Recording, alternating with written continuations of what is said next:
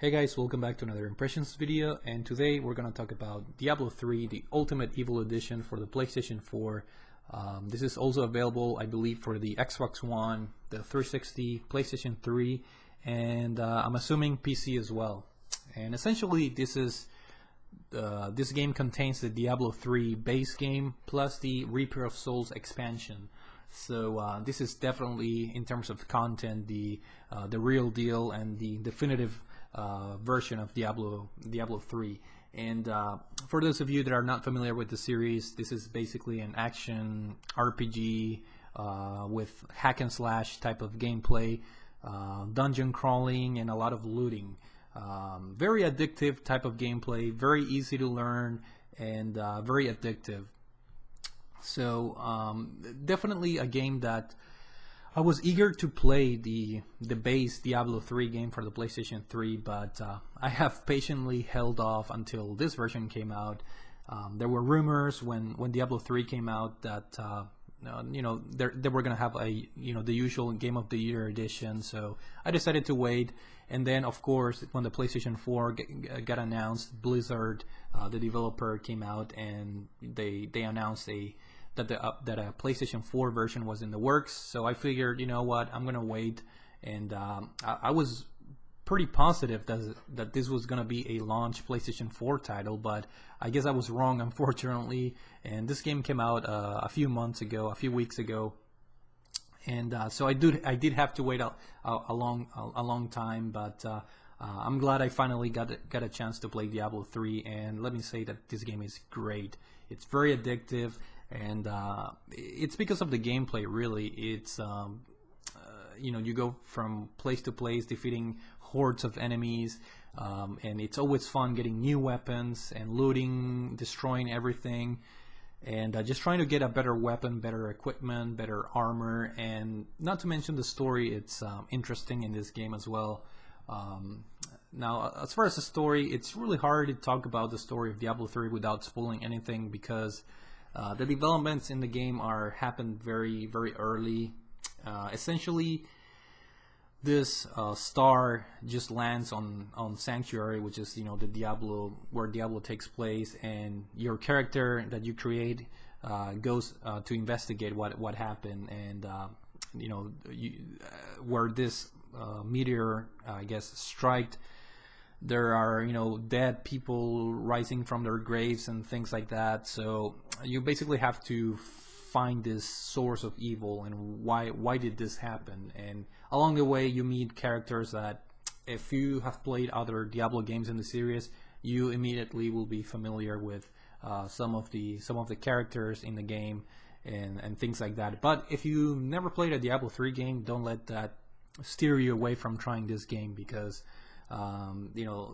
if you take Diablo 3 by itself, the story is perfectly understandable. Even though there are some reference to previous Diablo games, you'll be completely fine. And that's about it, really.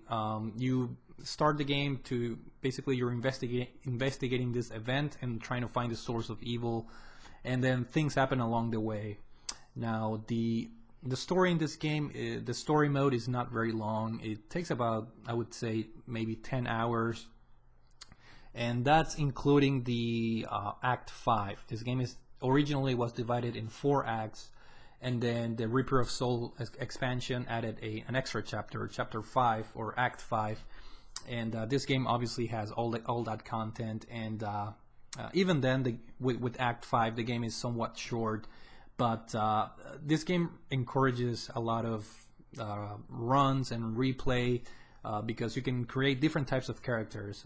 Me personally, I created a demon hunter, and which specializes in kind of long range attacks, because you have a crossbow, and that's basically how you attack. And then you can create you can use other different types of characters with other attributes, and go melee, have your shields and your swords and things like that. So it really depends on what class you begin the game with. And the good thing about Diablo 3 is that it's really easy to you can create as many characters as you want, and have different classes, and then jump in and jump out with your different classes. So Even though I beat the game already with the Demon Hunter class, I'm definitely gonna start a new game with a different class just to get the different feel for the gameplay, because it's completely different. When your character levels up, you get different attributes and different skills that pertain to your character. So I think I'm gonna have a lot of fun just creating new classes and exploring the fighting mechanics with different classes and so forth. Obviously, another very addicting aspect of Diablo is the looting. In this game, as you progress, you get better equipment, better armor with better stats and attributes, and there are some other additional things you can do with your weapons, such as adding gems, and the gems improve the different stats in your armor. And there's a lot of equipment in this game. You have your helmet, your shields, your chest armor, your shoulder pads, your boots, you can wear rings, accessories. Everything counts in this game, and the different types of equipment, they're divided into different categories. They range from common to like legendary, and you want to have the legendary equipment because they offer the better stats and the better perks, if you will. So by the end of the game, as you defeat enemies, the tougher enemies obviously give you better loot, and the more you increase the difficulty in this game, the better loot you're gonna get. Which, by the way, I have to say, this game, don't let the difficulty names fool you. I started the game on normal, and it was really easy. So I ended up beating the game on master difficulty, which is I think it's one of the highest difficulties, and then after that you unlocked many more like higher difficulty settings in the game. So don't even hard mode is pretty easy. So I would definitely recommend to play this game on expert or master mode in order to get a challenge from the enemies. Because if you play on normal, not only you're gonna get less gold and less experience every time you defeat an enemy, but it's really easy to the point where you basically never die, to be honest. So I highly recommend that you play this game on expert on expert difficulty. Maybe hard to begin with, and then move on to expert. And when you get towards the end of the game, when you have better equipment, step it up a notch and play on master difficulty. And you can freely change the difficulty in the game anyway. So if you think master is a little bit too hard for you, you can knock it down a notch, and if you just dynamically change the difficulty in the game. So that was pretty fun. And obviously the online co-op aspect of this game is another addicting part of the game. You can have up to 3 friends or random people join you and to do the different quests. And I beat the first 2 chapters or 2 acts in the game with friends, and it was extremely fun.